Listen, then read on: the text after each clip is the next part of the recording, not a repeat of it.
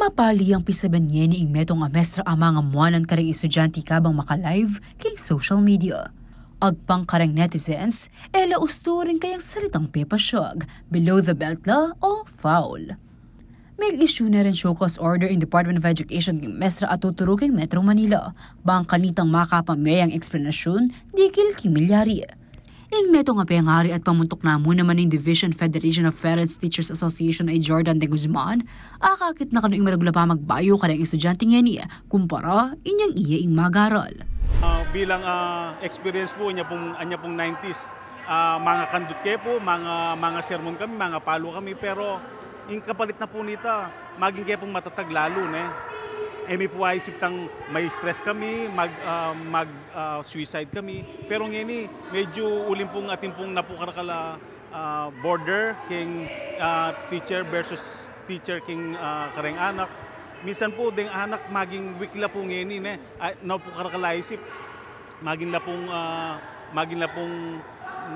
magpalaban la kareng pengari, kareng teachers. Pero itapin po yung disadvantage na po nita. Masyado la pong weak ding anak po ngayon dahil po king restriction na rin pengari kareng teachers kareng anak.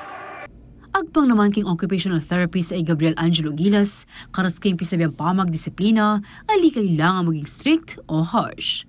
Ali mo naman kalumakasawp in corporal punishment.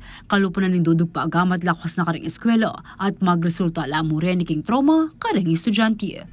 So, pinaka-importante talaga is mag-set ng strict na rules when it comes to the classroom setting, and at the same time, nafa-follow up yung mga rewards or mga punishment. Pero dapat yung mga punishment, hindi sila corporal, hindi pwedeng namamalo, hindi pwedeng sumisigaw.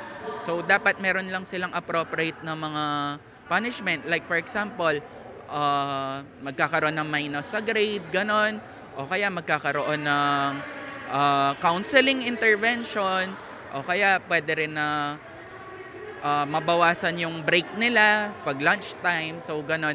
So mas maganda yung mga ganong klaseng mga punishment instead of using harsh punishments like shouting, ganon, o kaya pagbabato ng eraser, pagpamamalo. So yung mga yan, nagkakos sila ng trauma sa bata.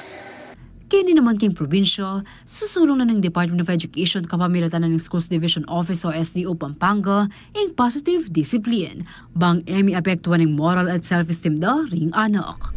We would like to preserve the dignity of every child. So we need to respect it. So we employ positive discipline. And our teachers are very much aware on all of these things because we are providing them capacity building, induction program, particularly the newly hired one, so that they will know how to discipline our learners. Because whether we like it or not, there will be cases of misbehavior inside the classroom, but teachers are being trained so that they will know what to do and to handle such misbehavior inside the classroom. We are more focusing on positive discipline. Ako, ingke kayong talasuyo. Liana Kanilaw, ating pusong makabalin.